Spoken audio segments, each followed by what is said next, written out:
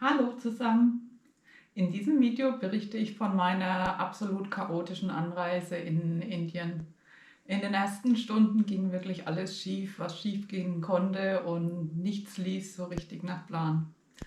Ich habe beschlossen, meine Indien-Beiträge in der Reihenfolge zu veröffentlichen, wie es sich ergeben haben. Aus diesem Grund stelle ich zuerst dieses Video online, wie es eben bei der Anreise verlief.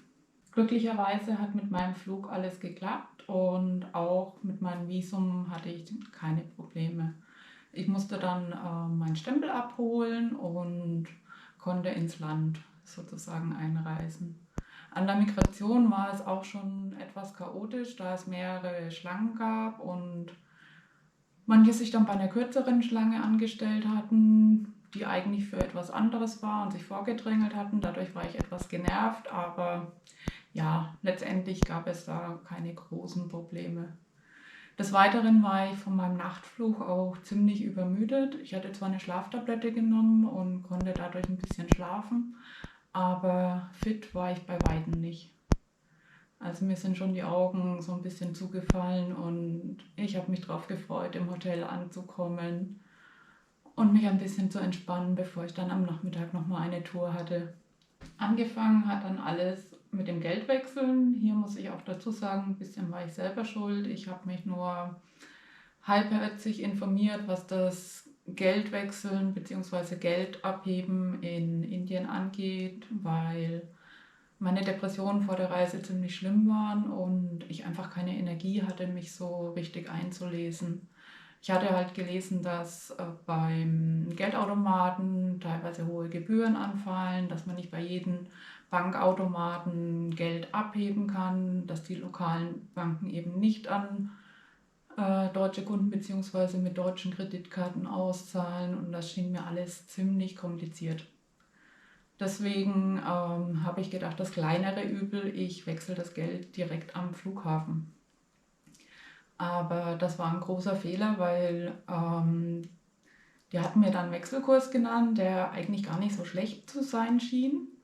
Aber letztendlich kam dann noch eine Wechselgebühr drauf von an die 20% und dadurch habe ich halt extrem schlecht getauscht. Aber ich war halt auch zu müde von dem langen Flug, um mich so richtig damit auseinanderzusetzen. Ich wusste, im Hotel kann ich nicht mit Kreditkarte zahlen, weil Kreditkarten nicht akzeptiert werden, und ich musste ja an Geld kommen, bevor ich im Hotel ankam. Also habe ich mich dann letztendlich breitschlagen lassen. Und an der Wechselstube, das war auch alles super chaotisch. Die Mitarbeiter haben mehrere Kunden gleichzeitig betreut. Die brauchten den Boardingpass, die brauchten das Visum. Ja, das Geld musste ich ihnen natürlich auch geben zum Wechseln, und das, dann haben sie wieder einen anderen Kunden betreut, nachdem ich die Unterlagen ausgehändigt hatte. Und ich war auch sehr fixiert darauf, dass ich den richtigen Betrag ausgezahlt bekomme. Das Geld wurde glücklicherweise mit einer Zählmaschine gezählt, also da konnte ich zumindest auf der sicheren Seite sein, dass es passt. Aber letztendlich hat er mir dann nur meinen Reisepass zurückgegeben und nicht die Bordkarte und das Visum, das ich im Reisepass vorher liegen hatte. Ich habe dann am Flughafen noch was gekauft und da sollte ich ebenfalls Reisepass und Visum nicht Reisepass, sondern die Boardingkarte und das Visum vorlegen, und habe festgestellt, das ist weg. Aber ich hatte es doch gerade noch, ich konnte es mir nicht erklären. Also bin ich zurück zur Wechselstube und die haben mich dann auch schon gesucht, und die hatten nämlich den Fehler selber festgestellt und haben mir dann die vermissten Unterlagen ausgehändigt. Ach ja, was ich noch vergessen habe. Und zwar habe ich in dem verlinkten Blogbeitrag über meine Pechsträhne bei der Ankunft in Indien habe ich auch nochmal mit aufgeführt, worauf du beim Bezahlen und Geld abheben in Indien achten musst. Ich will das nicht so ausführlich in dem Video ausführen, weil es einfach zu lang werden würde und weg vom Thema ist. Aber wie gesagt, in dem verlinkten Blogbeitrag ist alles Relevante zum Thema Geld abheben nochmal mit vermerkt, falls du dich hier informieren möchtest. Und wenn dir mein Video bisher gefallen hat, gib mir gerne einen Daumen nach oben und hinterlasse mir einen Kommentar. Und natürlich freue ich mich auch, wenn du meinen YouTube-Kanal abonnierst. Bevor ich dann zur Unterkunft fahren konnte, wollte ich mir am Flughafen noch eine SIM-Karte besorgen. Zum einen, um Uber zu rufen, und zum anderen ist es ja auch immer von Vorteil, wenn man eine SIM-Karte hat, damit man sich dann vor Ort navigieren kann. Und naja, das ist halt auch nicht so einfach in Indien. Und zwar hatte ich vorab schon gelesen, dass es gar nicht so einfach ist, eine SIM-Karte zu bekommen in Indien. Auf der anderen Seite hatte ich dann wieder gelesen, dass es spezielle SIM-Karten für Touristen gibt, die 28 Tage gelten. Da gibt es so einen Tarif von Airtel. Und in dem Glauben, dass ich mir diese SIM-Karte besorgen kann, bin ich dann auch zum Shop von Airtel gegangen. Die haben mir dann aber mitgeteilt, dass sie mir nur eine SIM-Karte verkaufen können, wenn ich einen Kontakt aus Mumbai habe. Ich habe zwar einen indischen Kontakt, also den Freund, bei dem ich auf der Hochzeit eingeladen war, über die ich auch noch berichte, aber der ist halt nicht aus Mumbai, sondern aus der Nähe von Hyderabad. Also hat das auch nicht funktioniert. Nur, ja, ich war dann ein bisschen überfordert mit der Situation, weil wie komme ich dann ohne SIM-Karte zur Unterkunft, weil ich kann mir ja dann auch kein Uber rufen ohne Internet. Im Nachhinein hätte ich natürlich auch die Daten nutzen können, also das Roaming einschalten und dann sozusagen kostenpflichtig das Internet nutzen, aber auf diese Idee bin ich übermüdet halt überhaupt nicht gekommen und stand dann so ein bisschen verloren am Flughafen rum und habe überlegt, wie komme ich zur Unterkunft. Und die Mitarbeiter von Airtel haben mir dann gesagt, dass es einen Taxistand gibt und dass ich mir dann sozusagen auch eine Fahrt buchen kann.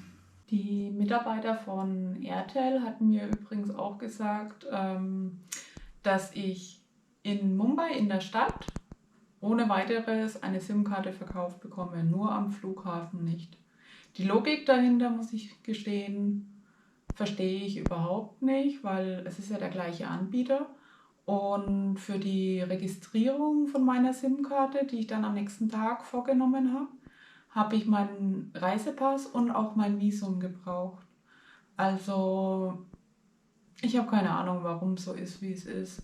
Wenn du dir eine SIM-Karte in Indien holen willst, brauchst du auf jeden Fall deinen Reisepass und dein Visum, also sowas bei mir. Und in Mumbai, in den lokalen Stores von Airtel, bekommst du dann auch eine SIM-Karte.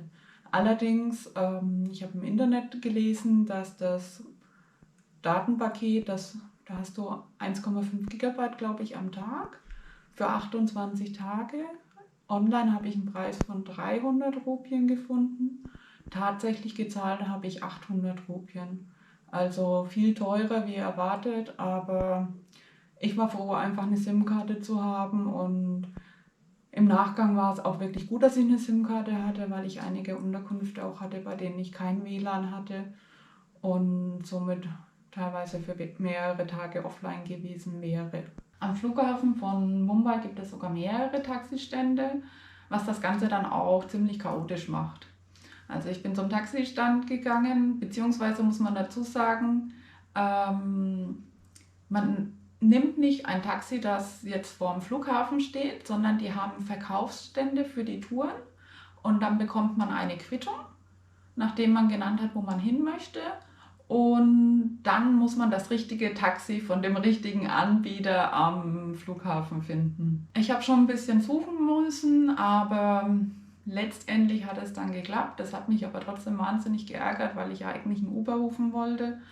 Und fürs Uber, also von der Unterkunft zurück zum Flughafen, habe ich nur 162 Rupien, das sind irgendwas zwischen 1,50 € und 2 Euro gezahlt. Und für das richtige Taxi habe ich halt 700 Rupien, also ein bisschen, also zwischen 7 und 8 Euro gezahlt.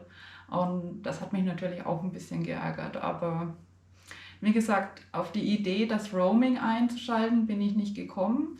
Ich hatte auch noch überlegt, ob ich es mit WLAN probieren soll, aber in Mumbai am Flughafen ins WLAN kann man sich nicht einfach so einloggen. Da muss man erst einen Automaten suchen, der einen dann irgendeinen Zugangscode gibt und dann kann man sich einloggen. Und die Problematik ist halt auch immer, dass die Uber-Station ist ja außerhalb vom Flughafengebäude. Das heißt, das WLAN reicht in der Regel auch nicht lange genug, um dann Internet zu haben, sondern eben nur im Flughafengebäude und nicht außerhalb. Diese Situation hatte ich nämlich schon bei meiner Ankunft in Sao Paulo und bin damals auch so ein bisschen verzweifelt. Das Taxi hat mich dann also am Hotel abgeliefert und ich bin an die Rezeption gegangen. Es war ein bisschen vor der normalen Check-in-Zeit, aber ich habe mir gedacht, na okay, ich probiere es jetzt einfach mal einzuchecken. Und ansonsten warte ich halt die halbe Stunde noch, bis ich rein kann ins Zimmer. Das ist ja kein Problem. Als ich dann nach meinem Zimmer gefragt habe, wird mir mitgeteilt, ja, Sie haben die Reservierung vorliegen, aber das Zimmer, das ich gebucht habe, kann ich nicht buchen, weil ich eine Frau bin. Es hat nämlich ein Gemeinschaftsbad und es wäre einfach zu gefährlich, wenn ich als Frau dieses Badezimmer mitnutzen würde, dass ich das eben mit der Zimmerkarte dann öffnen ließe und dann während dem Duschen wohl jemand reinkommen könnte. Und aus diesem Grund können sie mir das Zimmer nicht vermieten. Und ein anderes haben sie nicht. Und ich so, Mist, was machst du jetzt? Auf Booking stand nichts davon, dass dieses Zimmer nur für Männer buchbar ist. Und woher soll ich das denn wissen? Und normalerweise kann man ja im Badezimmer ja auch abschließen und dann ist es ja überhaupt kein Problem. Aber wie gesagt, das Zimmer konnte ich nicht buchen oder nicht beziehen. Und da war ich wirklich so am Rande der Verzweiflung. Wenn in so kurzer Zeit so viel schief geht und dann ist halt auch noch mit den Depressionen, ich bin einfach nicht so belastbar.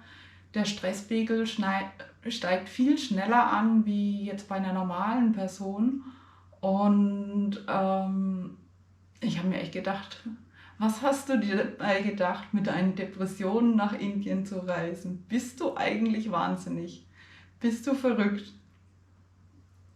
Aber ich muss an diesem Punkt auch dazu sagen, dass nur die Anreise so chaotisch und nervenaufreibend war und den Rest der Reise habe ich wirklich genossen. Indien ist jetzt auch nicht so ein schwieriges Reiseland, weil grundsätzlich ist es so, dass du mit Englisch weiterkommst. Also du kannst dich an den meisten Orten mit Englisch verständigen und das hilft halt enorm weiter. Wenn ich da an Südamerika denke, wo ich Spanisch und Portugiesisch lernen musste, halt die Basics, um dann in den Unterkünften einchecken zu können oder nach dem Weg zu fragen. All diese Probleme hatte ich halt in Indien nicht, was das Reisen viel, viel leichter gemacht hat. Ich habe mich dann auf jeden Fall im Hotel erstmal in die Lobby gesetzt und habe überlegt, was ich machen soll. Beziehungsweise der Rezeptionist hat mir gesagt, ja, Sie können auch ein anderes Hotel in der Nähe empfehlen. Das kostet allerdings mehr. Und da ging das Gedankenkarussell bei mir halt weiter, weil ich für den Nachmittag eine Tour gebucht habe mit Abholung an der Unterkunft und ich ja auch kein Internet hatte, um denen Bescheid zu geben, dass ich jetzt woanders abgeholt werden musste und es ja auch nur noch ein paar Stunden bis dahin waren. Und ich war wirklich am Verzweifeln. Und ich kann gar nicht sagen, wieso oder weshalb. Der Rezeptionsmitarbeiter hat mir dann eben den höheren Preis für das andere Hotel mitgeteilt. Da habe ich gesagt, ja, okay, was bleibt mir anderes übrig? Und eine Minute später sagt er, ah nee, wir haben doch ein Zimmer, du kannst hier bleiben. Und ich so, ja okay, umso besser. Da muss ich meine Tour nicht umplanen, ich kann mich erstmal ein bisschen ausruhen. Es geht nicht noch zusätzliche Zeit von meiner Ausruhzeit ab und zahle ich halt mehr. Ich musste halt dann das Doppelte zahlen, was mich auch so ein bisschen geärgert hat. Also statt, ich glaube 15 Euro hätte das Zimmer eigentlich gekostet, waren so um die 30 Euro. Aber ja, was will man machen? Ich habe dann also mein Zimmer bezogen und da ich von der langen Anreise ziemlich verschwitzt war, habe ich beschlossen, okay, gönnst du dir eine kurze Dusche, Dann legst du dich noch ein bisschen hin, döselst ein bisschen und dann wirst du ja für deine Tour abgeholt. Ich ziehe mich also aus, gehe ins Bad, mache die Dusche an und das Wasser spritzt in alle Richtungen, aber nicht auf mich. Die Duschbrause hat mir nach oben gespritzt und das Wasser ist dann an der Decke abgeprallt und dann überall nach unten getropft, aber jetzt ein Duschen, ohne die Haare dabei nass zu machen, also ich wollte nur den Körper einfach mal abduschen, abwaschen, war überhaupt nicht möglich, beziehungsweise mich hat fast kein Wasser erreicht. Und dann musste ich einfach das Lachen anfangen, weil das jetzt noch obendrauf, nach dieser chaotischen Anreise, das war so ein Brüller, dass ich einfach lachen musste. Ich bin dann erstmal aus dem Bad raus, habe die Dusche vorher wieder ausgemacht und habe überlegt, okay, wie kriegst du dich jetzt sauber? Und da ist mir eingefallen, dass so eine Art Messbecher im Bad steht und die Dusche hat unten noch so einen Auslass. Und dann habe ich diesen Messbecher aufgefüllt und mir das Wasser eben so über den Körper geschüttet, um mich zu duschen. War auch mal eine neue Erfahrung. Das Video von dieser Abenteuerdusche, das blende ich dir oben rechts ein, dann kannst du dir das mal anschauen. Also die war echt der Hammer.